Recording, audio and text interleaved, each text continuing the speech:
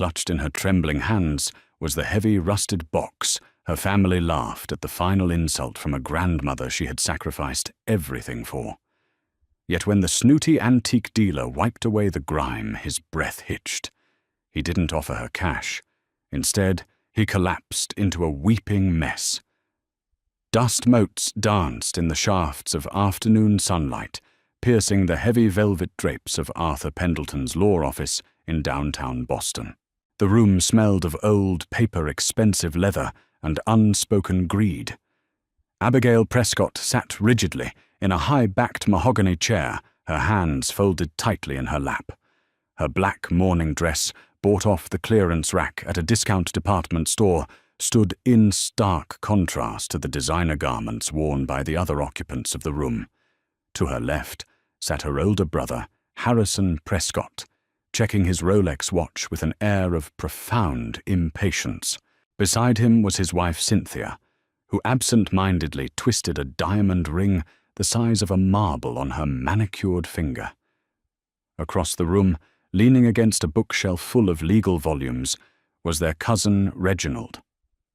They had all gathered for the final reading of Eleanor Prescott's last will and testament. Eleanor Prescott had been a formidable woman, a matriarch who commanded a vast shipping and real estate empire. For the last 5 years of her life, however, she had been a prisoner of her own failing body. When the dementia and physical frailty set in, Harrison had immediately relocated to a villa in Tuscany, claiming he could not bear to watch his beloved grandmother deteriorate. Cynthia had cited a fragile nervous system to avoid visiting the nursing wing of the Prescott estate. Reginald simply stopped returning phone calls. It was Abigail who had put her life on hold. She had abandoned her graduate studies, moved into the drafty, oppressive estate, and spent half a decade changing soiled bed linens, administering morphine drops, and holding Eleanor's frail, spotted hand through endless, terrifying nights. She had given up her 20s to ensure her grandmother did not die, alone, surrounded only by paid staff. Arthur Pendleton, a man whose face seemed permanently creased in a frown, cleared his throat and adjusted his spectacles. "If we are all settled," he began, his voice dry as parchment, "I shall commence." The reading was a masterclass in unequal distribution.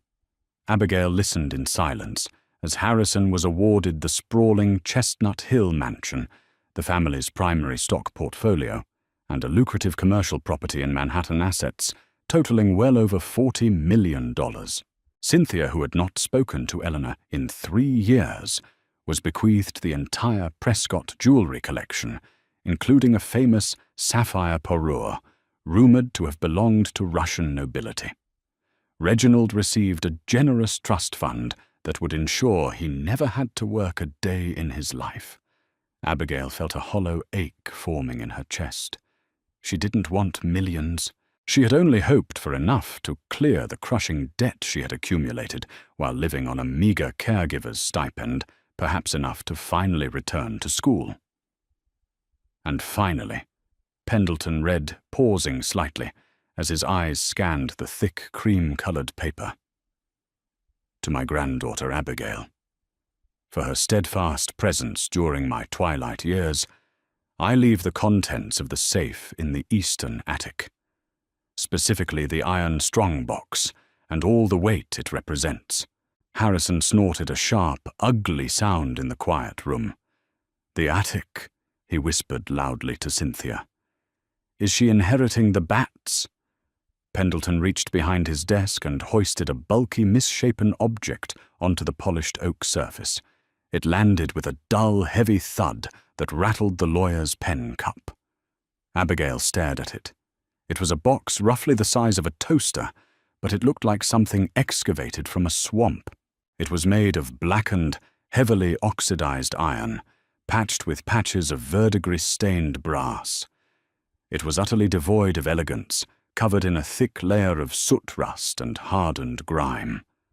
A large, primitive padlock, thoroughly fused with rust, hung uselessly from the front clasp. It looked like a piece of industrial scrap, completely out of place among the refined antiques of the Prescott family. Cynthia let out a sharp, mocking laugh, quickly raising a hand to her mouth in mock apology. "Oh, Abigail, darling, how rustic. It really suits your bohemian aesthetic, doesn't it?"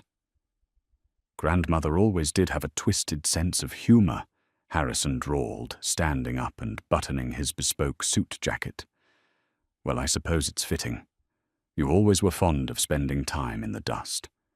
Mr. Pendleton, if we are finished here, my broker is expecting my call." Abigail felt the heat of humiliation prickling at the back of her neck. She stood up, her legs feeling like lead. She walked over to the desk and placed her hands on the cold, rough metal of the box. It was incredibly heavy, dense, and unforgiving. "Is there a key, Mr. Pendleton?" she asked softly, fighting to keep her voice steady. The lawyer offered a sympathetic, fleeting smile. "I'm afraid not, Miss Prescott. Your grandmother delivered it to my care precisely in this condition 3 weeks before her passing.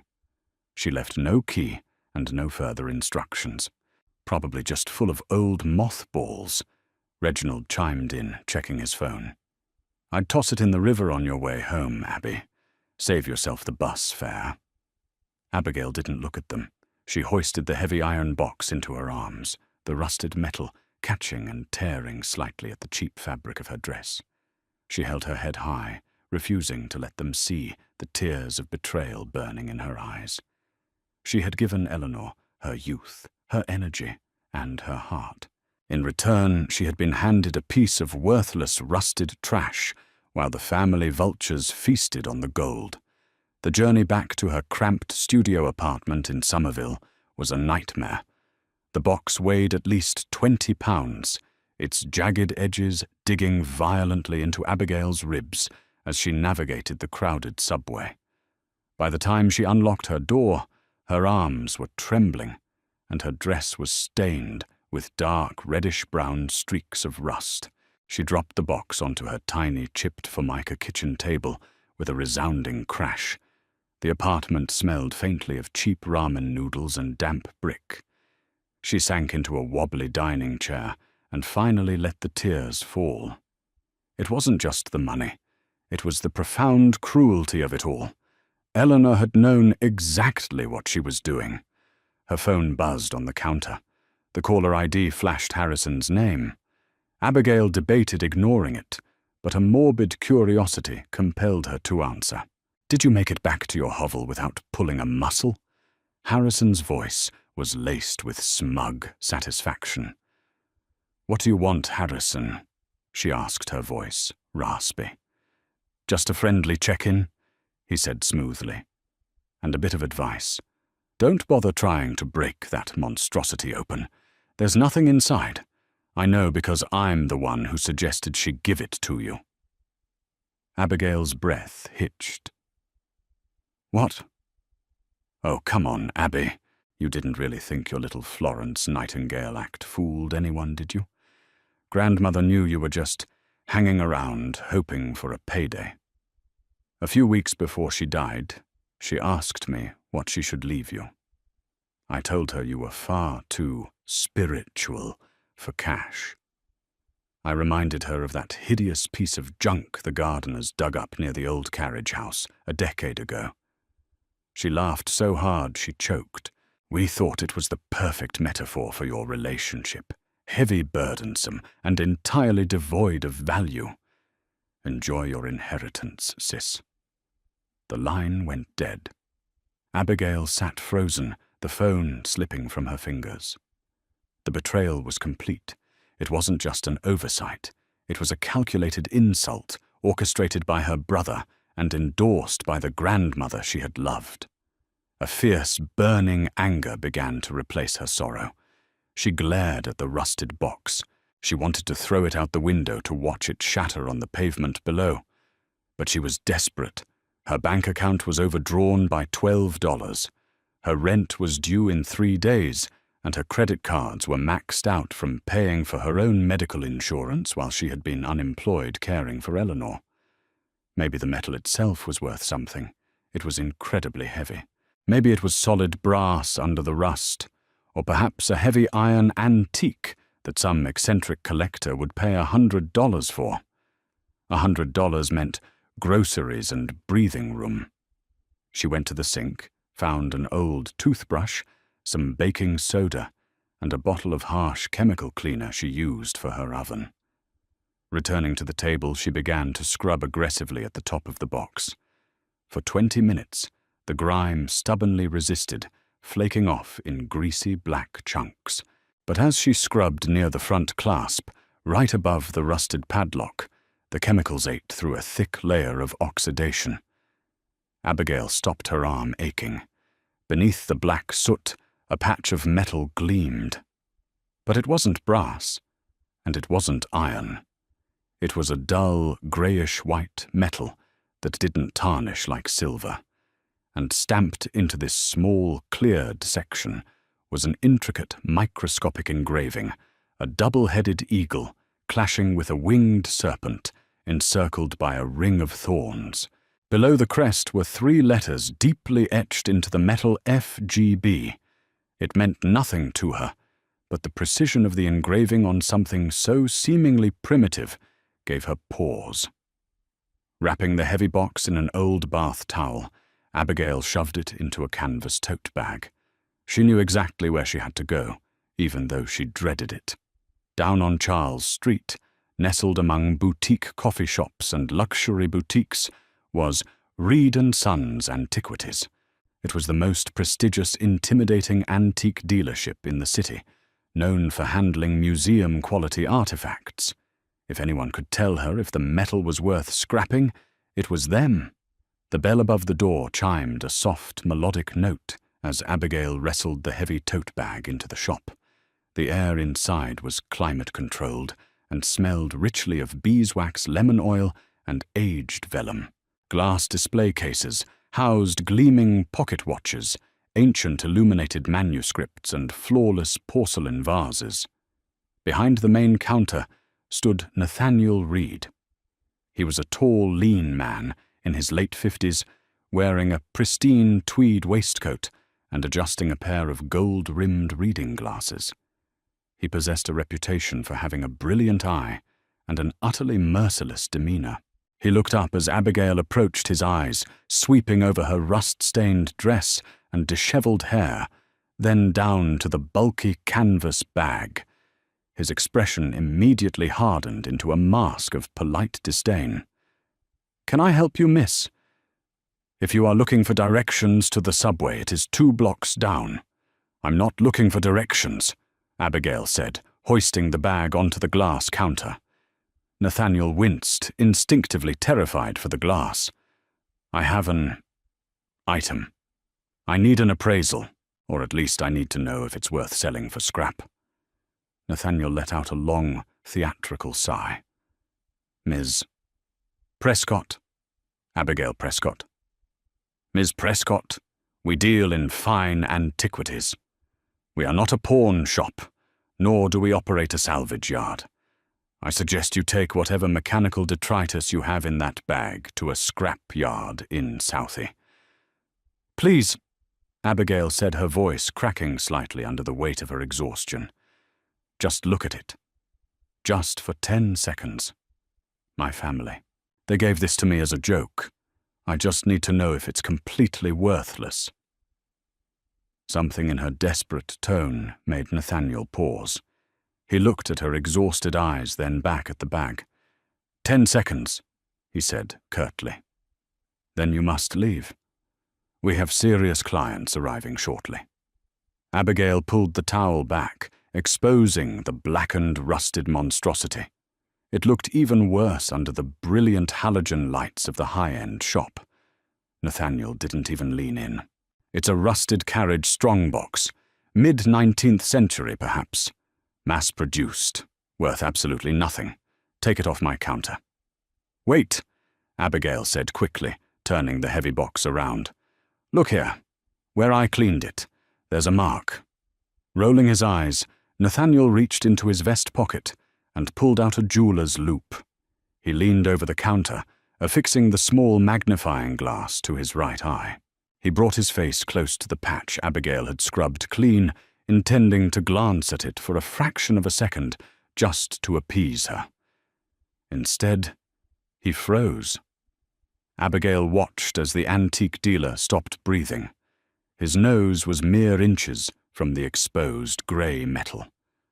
For a long, agonizing moment, the shop was dead silent. Slowly, Nathaniel reached out a trembling gloved finger and traced the microscopic crest of the eagle and serpent. He then traced the letters FGB. When Nathaniel finally pulled his head back, his face had drained of all color. The haughty, dismissive attitude had vanished entirely. He looked like a man who had just seen a ghost. His hands, previously resting casually on the glass, were now gripping the edge of the counter with white-knuckled intensity. He reached under the counter and pulled out a small dropper bottle of specialized solvent and a fine microfiber cloth. Ignoring his previous mandate that she leave, he applied a single drop of the solvent to the grey metal and wiped it gently. The metal gleamed not silver but an unmistakable heavy luster of raw platinum. "Dear God," Nathaniel whispered. The loop fell from his eye, clattering against the glass counter. He looked up at Abigail, and to her utter shock, tears were welling in his eyes. A single tear escaped, cutting a track down his pale cheek and splashing silently onto the glass between them. Miss Prescott, his voice was hoarse, stripped of all its former arrogance, trembling with raw, unrestrained emotion. "Where, in God's name, did you get this?" Silence stretched across the elegant antique shop, broken only by the frantic ticking of a grandfather clock in the corner. Nathaniel Reed, a man known throughout Boston's elite circles for his icy composure, stood paralyzed behind his glass counter. He stared at the small, scrubbed patch of grey metal as if it were a religious relic. Abigail gripped the edge of the display case, her heart hammering against her ribs. "Mr. Reed, what is it? What does FGB mean?" Nathaniel slowly reached out and locked the front door of his shop, flipping the sign to "Closed" with trembling fingers. He pulled the heavy velvet curtains shut, casting the room into a hushed amber gloom, illuminated only by the display lights. "Ms. Prescott." Nathaniel breathed his voice barely above a whisper. For nearly 70 years, historians and gemologists believed this item was sitting at the bottom of the Atlantic Ocean. You asked if this metal was solid brass or iron. It is neither. This entire casting, weighing upwards of 20 pounds, is solid, unalloyed platinum. Abigail's knees buckled slightly. Platinum. The sheer weight of the box meant the raw metal alone was worth hundreds of thousands of dollars. But Nathaniel was not finished. "The metal is merely the canvas." He continued, rushing to a massive oak filing cabinet and pulling out a heavy leather-bound reference book. He flipped rapidly through the glossy pages until he landed on a faded black-and-white photograph of an intricate seal, the exact double-headed eagle and winged serpent Abigail had uncovered. "FGB stands for François Guillaume Bapst," Nathaniel explained, tapping the page with reverence. He was a master jeweler for the French crown, a contemporary of Cartier and Fabergé. In the early 20th century, a fiercely private American industrialist, rumored to be a silent partner of J.P. Morgan himself, commissioned Bapst to create an impenetrable transport vault. It was designed to move a collection of impossible value across the ocean without drawing attention. Bapst coated the pure platinum in a specialized hardened iron oxide compound. It was designed to look like worthless industrial scrap so that thieves would ignore it. Abigail's mind reeled. My grandmother. Her grandfather was a shipping magnate in the 1920s. He worked with J.P. Morgan. Then this is it, Nathaniel said, a manic gleam entering his eyes. The legendary Bapst strongbox. Sotheby's and Christie's have had standing bounties for information on its whereabouts since the 1980s. The Smithsonian Institution has an entire empty display plinth waiting for it in their vault. But Miss Prescott the box was just the vessel. Do you have any idea what is inside? Mr. Pendleton said there was no key, she stammered, pulling her rust-stained coat tighter around her shoulders. Babst despised keys, Nathaniel said with a sudden breathless laugh.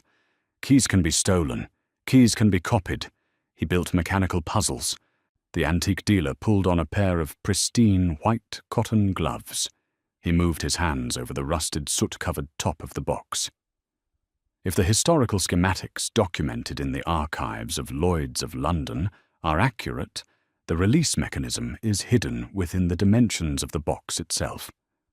He pressed firmly on the left front corner, then slid his thumb down the side, pushing against a piece of rusted brass that looked like a simple rivet. A sharp mechanical click echoed in the quiet shop. Nathaniel repeated the process on the opposite side, then applied pressure to the base of the rusted padlock. Instead of opening the entire front plate of the box, shifted downwards by half an inch, revealing a hidden seam. Dust and flakes of rust rained down onto the glass counter. With a final reverent push, Nathaniel lifted the heavy platinum lid. The interior was a stark contrast to the hideous exterior. It was lined in perfectly preserved midnight blue velvet. Nestled securely within the plush lining were 3 items: a large, heavy pouch made of woven gold thread, a stack of antique bearer bonds, and a sealed envelope bearing the Prescott family crest in crimson wax. Nathaniel carefully lifted the gold pouch and gently untied the silk cord. As he tipped the contents onto a black velvet jeweler's tray, the ambient light in the room seemed to catch fire. Abigail gasped. Resting on the dark fabric was a necklace of unimaginable beauty. It featured a staggering array of flawless, cushion-cut pink diamonds, culminating in a central stone the size of a quail's egg, radiating a deep, mesmerizing magenta brilliance. The Empress Josephine Rose. Nathaniel choked out, falling back against the shelving behind him. Insured by Lloyd's of London in 1922 for $4 million. Today its value is practically incalculable, easily north of $80 million at auction. Plus the platinum box, plus these bonds. He looked at Abigail, his eyes wide. You are sitting on one of the greatest private fortunes in American history. Abigail did not look at the diamonds. Her eyes were fixed on the envelope. She reached out with a trembling hand, breaking the old wax seal. Inside was a piece of heavy stationery, covered in Eleanor Prescott's sharp, elegant handwriting. My dearest Abigail. If you are reading this, it means you did exactly what I knew you would do. You did not throw away a heavy burden just because it was ugly. You carried it just as you carried me in my final years. Harrison and Cynthia are fools. They see only the surface of things. I allowed Harrison to believe he was orchestrating a grand humiliation for you. I allowed him to suggest this rusted junk as your inheritance. It was the only way to ensure the true family legacy passed to the only person worthy of protecting it. Enjoy your life, my sweet girl. You have earned every brilliant facet of it. With all my love, grandmother. News of the discovery did not stay quiet for long. Within 48 hours, Nathaniel Reed had discreetly contacted the head of antiquities at Sotheby's to authenticate the Babst Strong box and the Empress Josephine Rose. In the world of elite auctions, whispers travel faster than light. By Friday morning, the story of the lost Prescott treasure had reached the manicured suburbs of Chestnut Hill. Abigail was sitting in a plush private suite at a high-end luxury hotel paid for by a generous advance from Sotheby's when the inevitable knock came at the door. She opened it to find Harrison, his face purple with rage, flanked by Arthur Pendleton and two men in expensive tailored suits carrying thick leather briefcases. Cynthia hovered behind them, her eyes darting nervously around the opulent suite. "You stole it!" Harrison spat, pushing his way into the room without an invitation. "You manipulated a dying woman into giving you the family's most valuable asset." Abigail stood her ground, her posture straight, wearing a tailored navy blazer and crisp trousers that had replaced her clearance rack morning dress. "She left me the box, Harrison. You were in the room. You laughed about it, remember?" "That was a mistake," Cynthia shrieked, clutching her designer handbag. "She didn't know what was inside. She had dementia. We are challenging the will." One of the sharp-suited lawyers stepped forward. "Ms. Prescott, I represent your brother. We have already filed an emergency injunction to freeze the auction of the diamonds and the platinum strongbox. The contents of that box clearly belong to the primary estate, which was awarded to my client. We are prepared to tie this up in litigation for decades unless you surrender the assets immediately." Abigail smiled. It was a cold, calm smile that she had learned from watching Eleanor negotiate with ruthless contractors. "Mr. Pendleton," Abigail said, turning to the family lawyer, who looked distinctly uncomfortable. "Did you bring the updated financial dossiers for the estate properties as requested by my new legal counsel?" Harrison frowned, momentarily derailed. "What is she talking about, Pendleton? What new legal counsel?" From the adjoining bedroom, a tall woman in a sharp grey suit emerged. It was Evelyn Vance. No, Abigail reminded herself of her new attorney's actual name. Evelyn Sterling. No Evelyn Carmichael, a former federal prosecutor, and now a senior partner at the most feared corporate litigation firm in Manhattan. Abigail had retained her services yesterday. "Mr. Prescott," Evelyn Carmichael said, handing a thick bound folder to Harrison's lawyers. "I suggest you look at the true state of the assets your client inherited. Eleanor Prescott was a brilliant woman, but she was also deeply vindictive toward those who disappointed her." Harrison snatched the folder, ripping it open. His eyes scanned the first few pages, and the purple rage in his face rapidly drained into a sickly, chalky white. "What is this?" he whispered, his hands beginning to shake. "This says the Manhattan commercial property has $80 million in toxic environmental liens attached to it." "Correct," Evelyn said crisply. "Decades of illegal chemical dumping by a previous tenant. The EPA finally issued the cleanup mandate a week before your grandmother passed. As the new owner, you are entirely liable for the remediation costs." "And the stock portfolio?" Cynthia demanded, her voice rising in panic. "Leverage to the absolute hilt," Evelyn replied, crossing her arms. Eleanor took out massive undisclosed margin loans against the primary portfolio to fund a series of catastrophic offshore investments 3 years ago. The banks are calling in the margins next Tuesday. The Chestnut Hill mansion has 3 hidden mortgages on it. It's facing foreclosure by the end of the month. Harrison stumbled backward, collapsing onto a velvet sofa. The empire he thought he had inherited was a hollow, rotting shell. It was a labyrinth of debt lawsuits and crushing liabilities.